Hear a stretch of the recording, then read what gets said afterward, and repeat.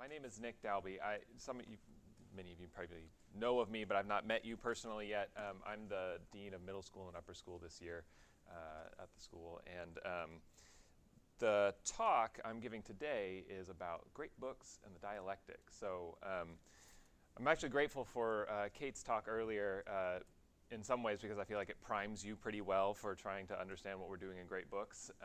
So actually a lot of the stuff I'm going to say today, there's going to be some overlap in terms of kind of casting a vision, a philosophical, philosophy of education vision for great books. But I also want to talk a little bit, so there's going to be like two parts. I want to talk a little bit too about just some nuts and bolts. Partly because great books is one of the more unique classes that we offer at the school. It's a combination of like history and English, but also theology and philosophy. And so that can be a little jarring or unfamiliar as far as how to handle it. We also require a pretty heavy reading pace of students, and so just kind of thinking through some of that I think could be helpful as well. So the questions that I'm essentially trying to answer today is, one, what are great books? Two, what is the dialectic? And three, how do these two things kind of work together? And to kind of communicate that, I want to sketch for you some of the underlying educational philosophy that informs our approach to the structure and method of the Great Books classes. And to do this, I'm actually going to steal something from my priest, who often says this at the beginning of his homilies on Sundays, where he says, "I'm not going to preach to you, I'm going to read to you the words of saintly men," and then use what they say to try and communicate a message. And then after that, like I said, I'm going to plan to discuss some of the nuts and bolts of the Great Books classes as they kind of work every day here at the school. All right, so what are great books and how do we read them dialectically? One of the foremost philosophical assumptions about education you'll encounter at the St. Constantine School, and what you've really just heard from Kate, is that we believe education is a process ultimately of turning the soul to goodness, truth, and beauty. A classical education presupposes a rational soul, a soul already equipped and capable of learning. Plutarch, a first century Greek philosopher and historian, in his book called the Moralia, describes education like this. He says, "Let us urge them, the students, when their intelligence has comprehended the main points, that they put the rest together by their own efforts and use their memory as a guide in thinking for themselves, and taking the discourse of another as a germ and seed, develop and expand it. For the mind does not require filling like a vessel, but rather like wood, requires only kindling to create an impulse to think independently and have an ardent desire for truth." So for Plutarch, the student is not a blank slate awaiting the imprint or writing of the teacher, nor is the student the receptacle of an info dump. As a living soul, every student arrives at our school with the capacity for virtue and knowledge. They merely require the spark which will set ablaze an ardent desire for truth. In this context, teachers become more like guides and mentors than they do become more like less efficient and less cool Google search engines. The guides and mentors in a Great Books class, however, are more than just the classroom teacher.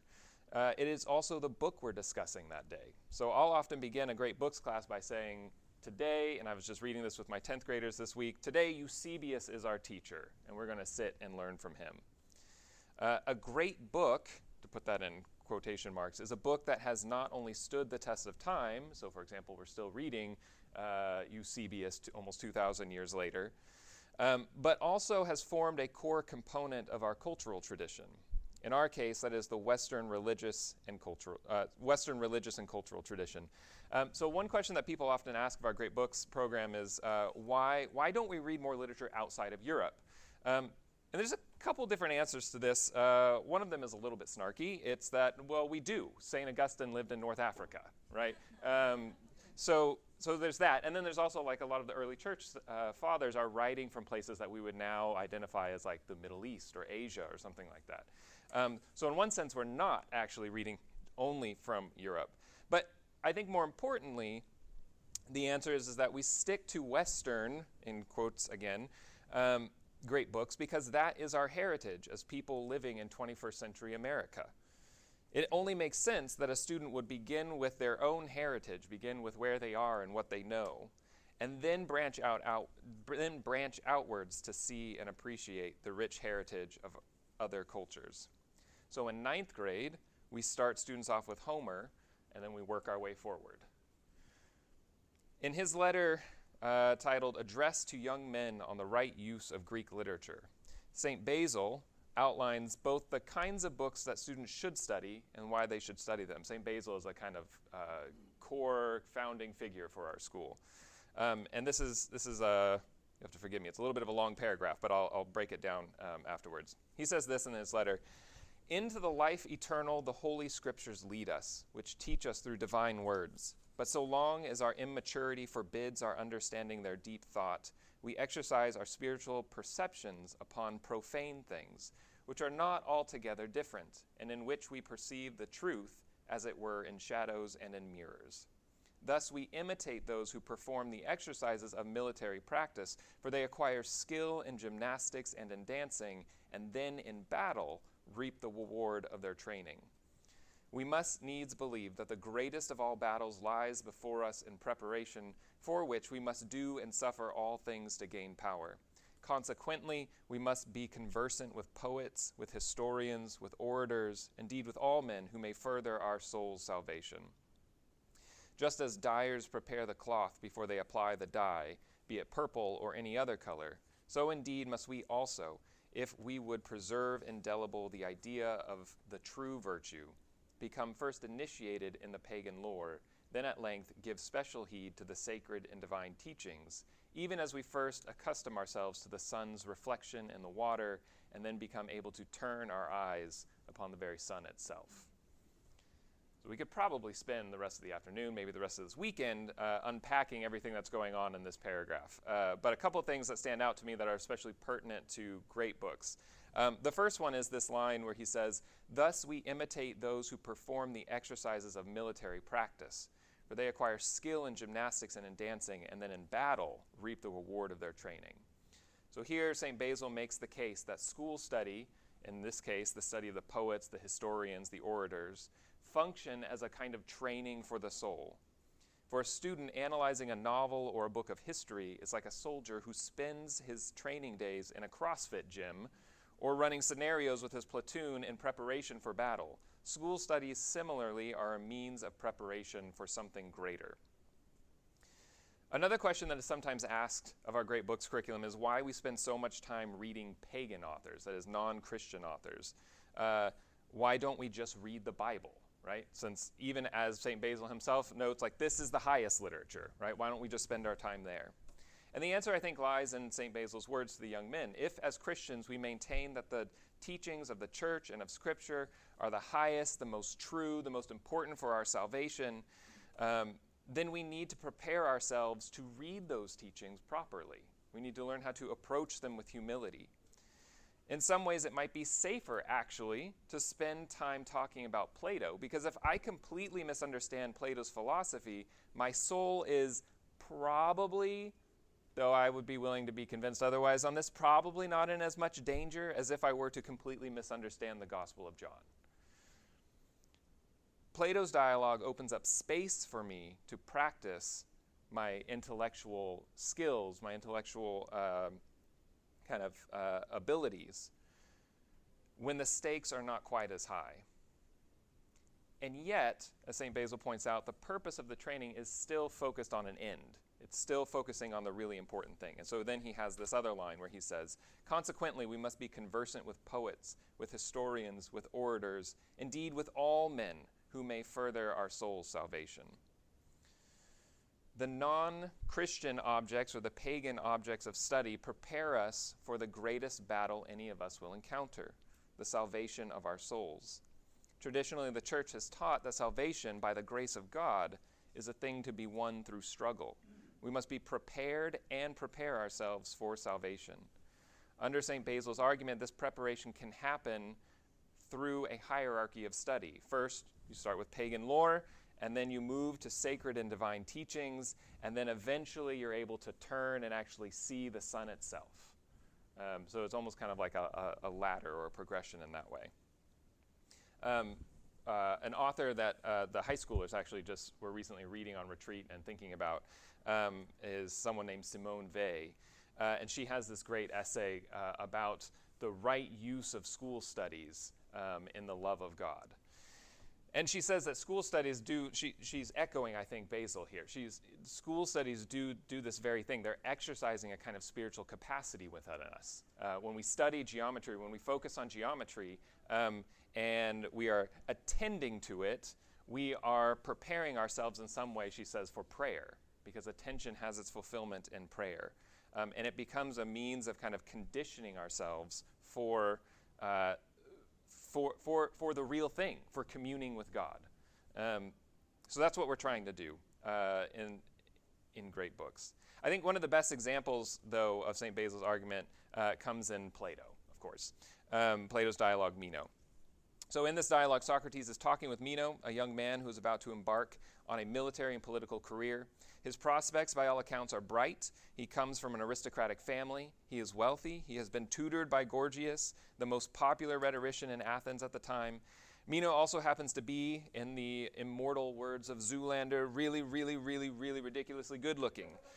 The dialogue begins without much context. The first sentence is a question posed by Mino, and he says, "Can you tell me, Socrates, can virtue be taught?" Socrates responds in his characteristic manner, claiming not to have any true knowledge of what virtue is in the first place. So there's no possible way he can know whether virtue is a thing that can be taught. After a series of failed possible definitions and chains of circular arguments, something that your students in great books are all too familiar with, Mino also realizes that he doesn't know what virtue is. Despite their bewilderment, Socrates insists that he and Mino now seek together what virtue may be. And it's at this point that Mino asks a really famous question. It becomes known as Mino's paradox. And he asks Socrates this: "How will you look for it, Socrates, when you do not know at all what it is? How will you aim to search for something you do not know at all? If you should meet with it, how will you know that this is the thing that you did not know?" Mino's question, as I said, has become known as Mino's paradox, and the problem that he points out is one of knowledge. How can a person go from no knowledge to knowledge? Put another way, how can something come from nothing? There must be some basis for the acquisition of knowledge, and if you wanted to put it in a really convoluted way, you could say something like some kind of pre-knowledge knowledge that affords the recognition necessary for new knowledge. Right? There has to be something there already for something new to emerge. So for those of us who have been conditioned, though, I think by a philosophy of education that functions on a kind of tabula rasa model or blank slate model, or even like a skills-based learning model, Socrates' response to Mino might be a little bit shocking to our ears. He calls Mino's question a debater's argument. It's the kind of question that will stun an opponent into silence, putting an end to discussion and failing to discover the truth of the argument. Socrates contends, however, that we must not believe that debater's argument, for it would make us idle and faint-hearted men like to hear it. So instead, he argues that what men call learning is actually this thing called recollection. The Greek word used here is anamnesis, which can mean memory or remembrance, as well as recollection and sometimes reconstitution. Socrates' idea is premised on the belief that the soul is immortal and that it undergoes an unknown number of reincarnations. The exact religious beliefs entailed by Socrates' assertion is not the main point here, not even for Socrates himself. He spends very little time on it. The point is that the soul, by virtue of its immortality, has a prior relationship with the ideas it encounters when it undergoes the process of learning. What we call education or learning is not the addition of previously unknown ideas, but the recognition of a forgotten previous relationship, which is then recollected and recalled or reconstituted in that present act of learning. So, for the truth about reality is always in our souls, says Socrates. And he goes on to say, "I do not insist that my argument is right in all other respects, but I would contend at all costs in both word and deed, as far as I could, that we will be better men, braver and less idle, if we believe that one must search for the things one does not know, rather than if we believe that it is not possible to find out what we do not know." So looked at one way, Socrates' assertion is just purely utilitarian. He's just trying to keep talking with Mino. But insofar as learning is possible, and that learning reconnects the soul with its origin in the divine world of ideas, it's imperative that Mino takes Socrates seriously. Otherwise, he too may become faint-hearted, a man doomed to idleness. As Stratford Caldecott, who's a famous, now he passed away, I think, in like 2015 or something like that. He wrote a lot about classical education. He's one of my favorite writers on this. He was meditating on this passage as well in his book, Beauty in the Word. And he points out that Socrates' theory of anamnesis is really talking about the function of the teacher, which is to raise a student from the state of confusion and ignorance to a state of knowing. It is the job of the teacher to lead the student to that interior place where he can see the truth for himself, just as a great sculptor might claim that his art is simply to remove enough stone to reveal the beauty form within, or the beautiful form within. Truth once known is seen in the substance of the soul. Socrates therefore claims that searching and learning are a process of anamnesis or recollection, and the dialogue looks forward to the Phaedo, the next dialogue, where the theory of the forms is presented. In learning, we come to recollect, to remember the forms such as beauty, even and odd, justice, and so on, that are permanently present in that original being or pre-existence, which is our own origin. From the perspective of a Christian school, I think that there are some interesting additional layers of significance and meaning to this. In St. John's Gospel, the very beginning, John 1:1, it says, "In the beginning was the Word, and the Word was with God, and the Word was God." That Word, the Logos, who was with God in the beginning, is the same person who, during his Last Supper with his disciples, said to them, "Take, eat, this is my body. Do this in remembrance of me." In the Greek, that word remembrance is the same word that Plato is using, anamnesis. It's a recalling of the soul to its origin in God, who is both the beginning and the end of our education. We are sent, Caldecott observes, into the world from God, and the fulfillment of our nature is to turn to him bearing gifts that we have made our own, to return to him bearing gifts that we have made our own to give him. That return is accomplished, I think, through anamnesis, through the dialectical form of learning that we do in great books. And it's a turning ultimately to the one in whom we live and move and have our being. That's kind of the goal in great books, right? We enter into this process of the dialectic to hopefully turn ourselves to God.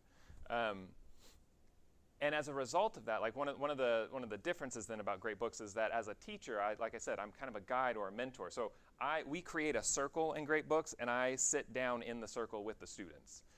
So it's not all directed at me. Every once in a while, I have to get up and like give some context lecture type information.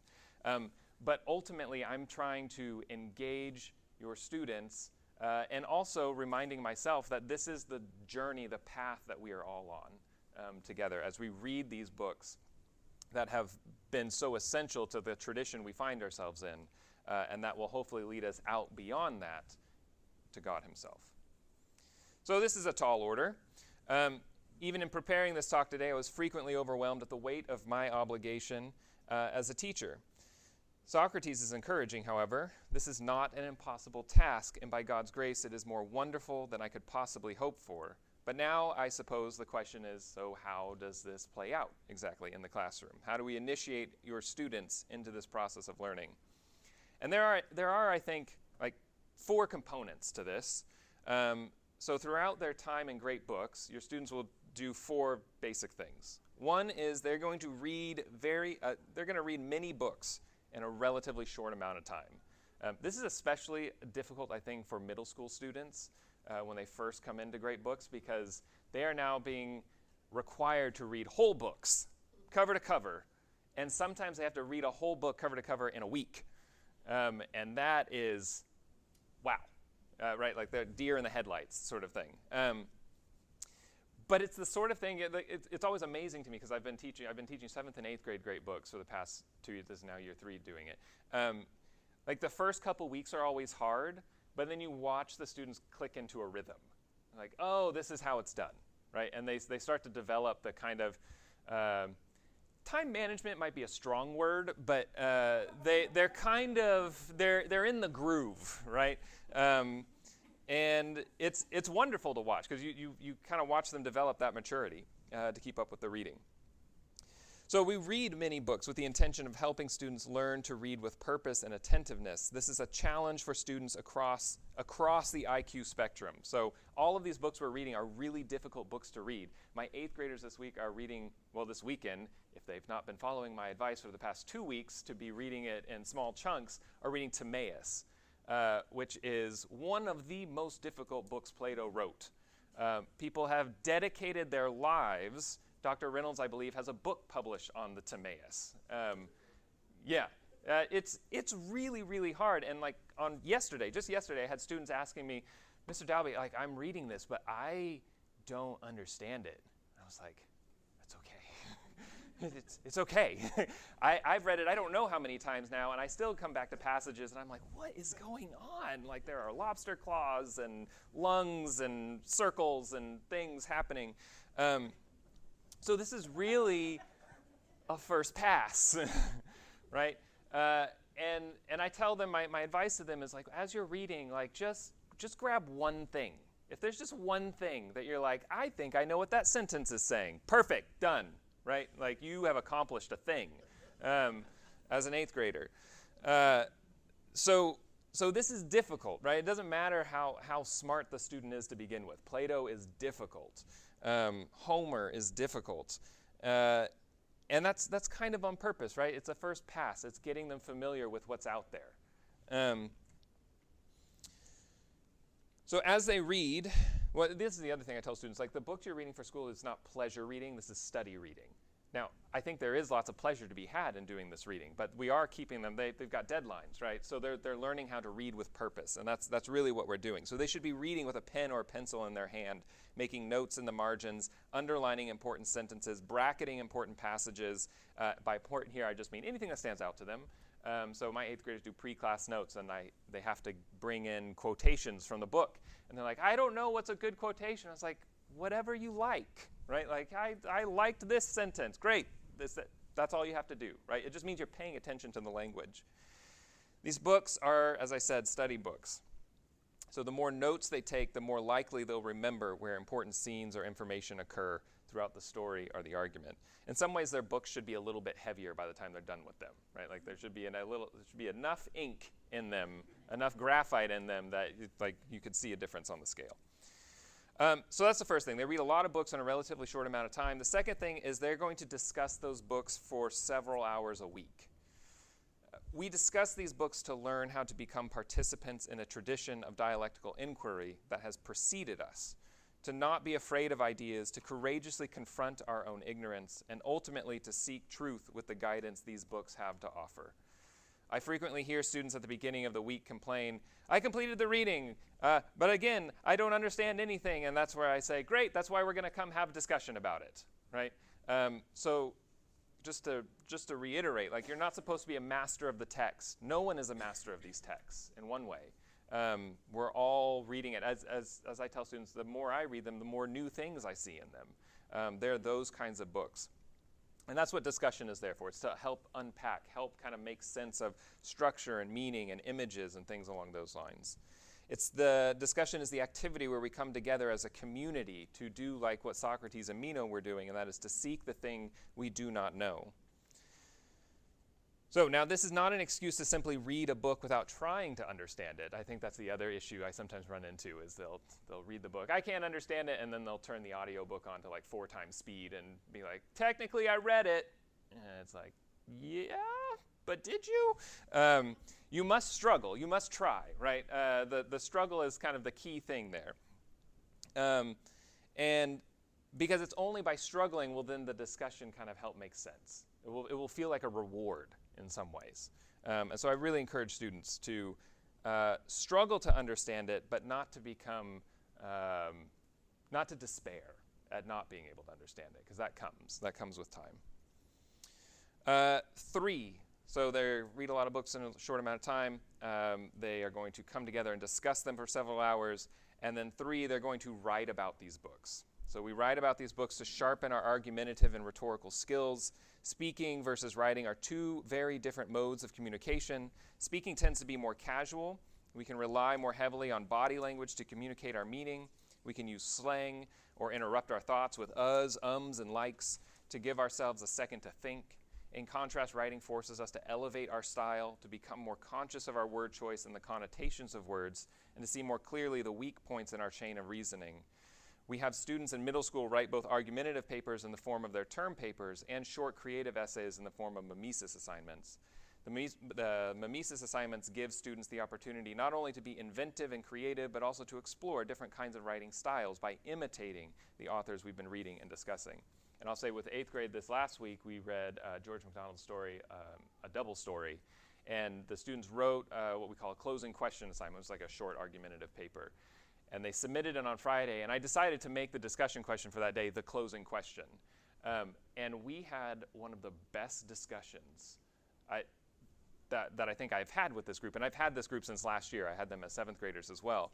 And it was because they had spent so much time writing about it. And they came with a set of not just kind of opinions off the top of their heads, but they came with a set of opinions that they could back up with text from the book.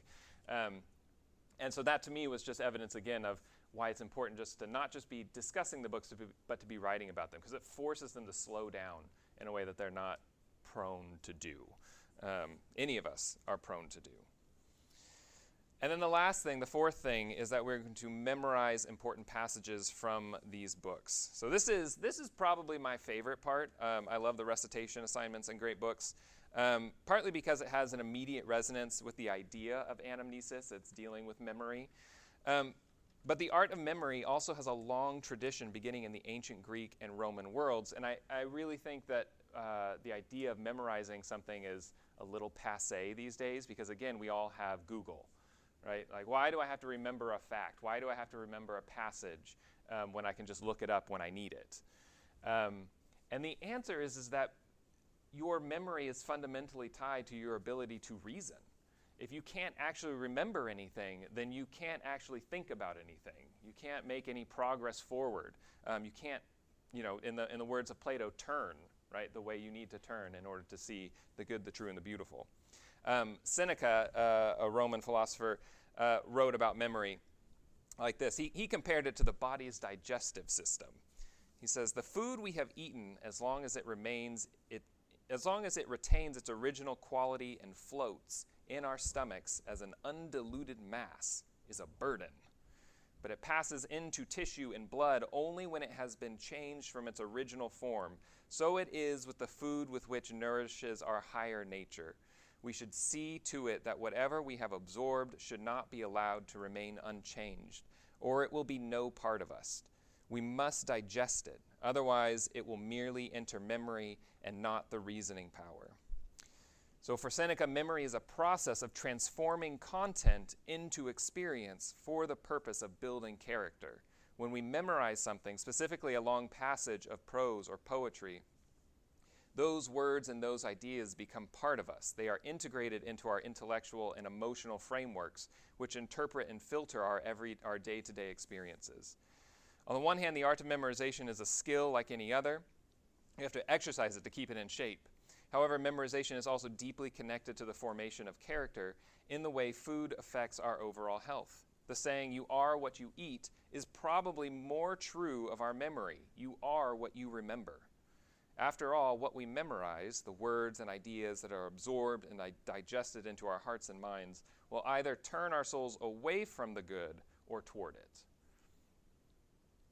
The 8th graders right now are memorizing the opening poem to The Man Who Was Thursday. And I don't know if you are familiar with The Man Who Was Thursday, but it's a wild, crazy story that is actually a nightmare, and there's anarchy, and there's poetry, and it's a mess. But it's always long, and the poem at the beginning is pretty long, and I always get pushback from students about, why do you make us memorize things that are so long? And the answer is because you can.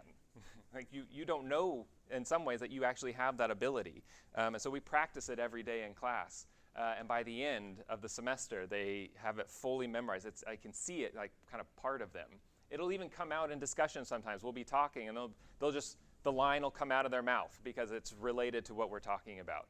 And that's the sort of thing that I'm looking for. I want to see that you've ingested beauty, right? And that beauty is the thing that you then express as a result.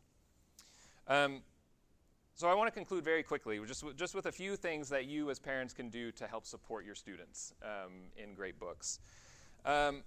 So the first thing is I would recommend that you post the reading schedule somewhere very visible. So on the fridge, on their bedroom door, something like that. So they got a syllabus from all their great books teachers that lists all of the readings for the whole year. And the reading deadlines don't change. Sometimes the assignment deadlines on the right-hand side will change a little bit, but the readings stay the same. So it's always fun when a student comes in, like, I bet you there will be someone on Monday who tells me they didn't know that Timaeus was due on Monday, even though we've been talking about it the whole time. But my response is always like, well, it was in the syllabus from day one, right? And the trouble is they're not always referencing it. So the trick is to put it somewhere where they can reference it and see it and be reminded of it. 2, try to keep books in one easy to access place. I really encourage students to really think about great books, and they all roll their eyes at me when I say this sometimes. Think of it as starting their library. Like, this is the beginning of a library. Instead of thinking of it as I'm going to read this and keep it in as pristine a condition as I can to get the most money back on it at the end of the year. Because there are those who sell them at the end, and it breaks my heart. Just a little piece just falls off every time. So this is a library, and that sounds like an old adult thing to say to students, but it really is, and it's the sort of thing that, like, 10, 15 years from now, if they still have those books, they're going to go back and look at some of those sometimes. They may not read it again, I don't know, but they'll run across it at some point, and they'll see their notes in the margins, and they'll have a grand old time reflecting on, how silly they were, or how smart and insightful they were, or what happened to me, I used to be so smart, that sort of thing. So keep them, give them a dedicated shelf space even, if you can, in their room or somewhere where you keep your books. 3, offer to read aloud or to follow along with an audiobook. Especially in middle school, the reading pace is really hard, and so reading aloud can be really helpful. Reading an audiobook at normal speed can be helpful as long as you're following along with the text, because that's a way of just keeping them moving. And because that's the thing, their eyes get tired and then they feel like they have to stop. And so hearing it but still following along kind of gives them that extra push to keep going through it. And I would encourage you to do it with them. I mean, these are great books. You'll enjoy them as well. I would also encourage you to talk with your students about their writing. So they are going to do quite a bit of writing, especially in high school. Writing becomes more and more frequent. And read over their essays with them. Obviously don't write their essays for them, but you can help them proofread, because that's one thing that they're learning to do, is learning how to read and be critical of their own writing before they submit it to me or to any of their great books teachers. So make that part of the conversation when you can. I realize I already said my 5th point, which is don't throw away books. Okay, or don't resell them. Okay, so I'll end there. I hope that's helpful and encouraging. Since preschool, your students have already begun the process of turning their souls to God. That's already happening. And Great Books, I think, is an amazing class where that kind of can sometimes be really tangible for them. And so I love teaching these classes. I love having your students in these classes. And I'm always happy to talk about what we're doing in Great Books. So thank you.